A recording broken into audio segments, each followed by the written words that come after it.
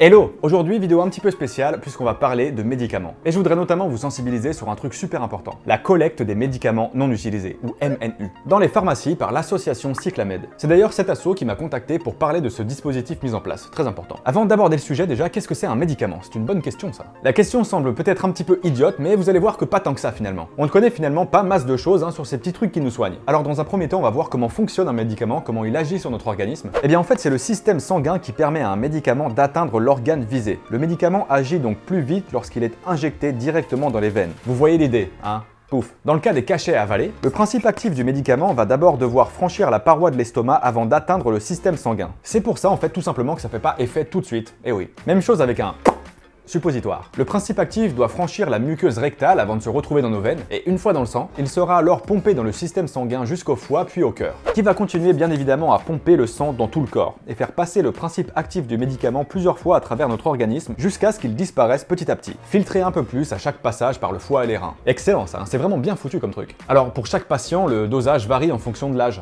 du poids ou encore de l'état de santé du foie et des reins. Va pas donner trop de grammes de paracétamol à un enfant, c'est vraiment pas une bonne idée. Parmi les différents types de médicaments, on retrouve notamment les antibiotiques, qui sont destinés à combattre les infections microbiennes en tuant directement la bactérie responsable. Mais attention, prendre un antibiotique inadapté ou bien inefficace si la maladie est d'ordre viral peut non seulement n'avoir aucun effet, mais aussi apprendre aux bactéries présentes à résister aux médicaments, c'est fou. Et à partager leurs gènes avec des microbes qui deviendront alors à leur tour résistants à l'antibiotique. C'est un petit peu comme entraîner des assassins à contourner des gardes du corps pour t'atteindre plus facilement, c'est pas très malin. La prise répétée d'antibiotiques peut également rendre les bactéries plus résistantes à la longue, donc allez-y mollo, comme on dit, les antibiotiques, c'est pas automatique. D'ailleurs, même chose avec les antidouleurs du style paracétamol, etc. Si on en prend genre énormément sur une courte durée, petit à petit ça fera moins d'effet. Les antidouleurs, eux, ont un nom assez parlant. Ils ne servent en effet qu'à stopper la douleur ou diminuer la fièvre, mais la cause du mal est toujours bien présente en fait. La prise de médicaments n'est jamais anodine, et le corps peut souffrir d'effets indésirables ou se fatiguer. Par exemple avec les reins qui ne peuvent pas éternellement servir de filtre à tous ces principes actifs. Il ne faut donc pas en abuser. Et surtout consulter un médecin ou un pharmacien au lieu de recourir à l'automédication. C'est-à-dire prendre soi-même des médicaments sans avoir de prescription médicale. Ce qui peut être très dangereux. J'arrive donc à un point important et surtout ce dont je voulais vous parler. Que faire de tous ces médicaments qui peuvent effectivement nous rester sur les bras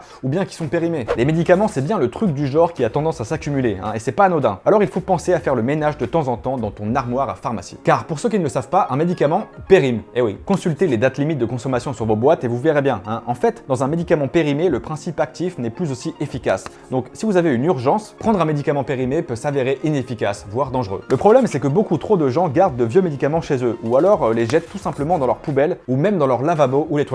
Mauvaise idée. Donc ça justement c'est pas hyper bien, on pourrait se dire que c'est pas tellement un problème, c'est qu'un petit médoc, à la base c'est fait pour soigner. A priori il est périmé, c'est pas trop grave si je le jette dans mes toilettes ou dans mes lavabos. Le problème c'est que si ces médicaments sont effectivement moins efficaces, ils contiennent encore des principes actifs qui peuvent se retrouver alors dispersés dans la nature. Et ces molécules chimiques actives peuvent alors s'avérer néfastes pour l'environnement, notamment dans les eaux de surface et souterraines. Que ce soit via les médicaments ou autres résidus chimiques, notre planète n'a jamais été aussi polluée par autant de produits chimiques. Et il ne faut pas oublier que laisser traîner ces médocs chez soi peut entraîner des accidents si des enfants ou personnes âgées les prennent malencontreusement. Pour éviter tout ça, il suffit d'adopter un réflexe assez simple, vous allez voir. Ramenez vos médicaments non utilisés, périmés ou non, en pharmacie. C'est l'association Cyclamed qui est agréée par les pouvoirs publics qui collecte les médocs et permet non seulement de les éliminer proprement et via un processus de valorisation énergétique, cela permet quand même d'éclairer et de chauffer des logements. Pas mal. Il faut d'abord retirer l'emballage en carton et les notices en papier de vos médicaments pour les mettre dans votre tri sélectif. Et attention, pour le retour en pharmacie, cela concerne les cachets, comprimés, pommades, sirops, etc. Mais pas votre parapharmacie. Vos crèmes solaires ou autres shampoings antipelliculaires, c'est non. On parle ici de tri de médicaments seulement. Alors parmi ce que vous ne devez pas rapporter en pharmacie, on trouve notamment les produits chimiques, les produits vétérinaires, les cosmétiques, les lunettes ou prothèses, les thermomètres, les radios ou alors tout simplement les boîtes vides. Et oui, pour vos seringues ou aiguilles usagées, demandez à votre pharmacien et mettez-les dans une boîte sécurisée à part. Une fois vos médicaments vérifiés et rassemblés, donnez-les directement à votre pharmacien ou pharmacienne qui les mettra directement dans le dispositif Cyclamed. Le pharmacien transmettra vos médicaments à un grossiste via un conteneur sécurisé qui sera par la suite transporté jusqu'à un centre de valorisation énergétique comme je le disais tout à l'heure. En faisant tout ça, non seulement vous participerez à votre échelle à éviter une pollution inutile, mais vous créerez également de l'énergie, ce qui a permis par exemple exemple d'éclairer et de chauffer l'équivalent de 7000 logements sur une année entière. C'est quand même un truc de fou. Alors tout cela peut sembler un petit peu compliqué, mais pourtant c'est hyper simple et surtout très important. On pollue déjà pas mal notre planète, alors si on peut un petit peu individuellement, à notre niveau, agir contre ça, pour diminuer cette pollution, eh bien il ne faut pas hésiter. Ce qui peut être bon pour nous peut s'avérer fatal pour l'environnement si on laisse traîner nos médicaments n'importe où. Et oui voilà. Pour terminer, je vous partage un petit jeu concours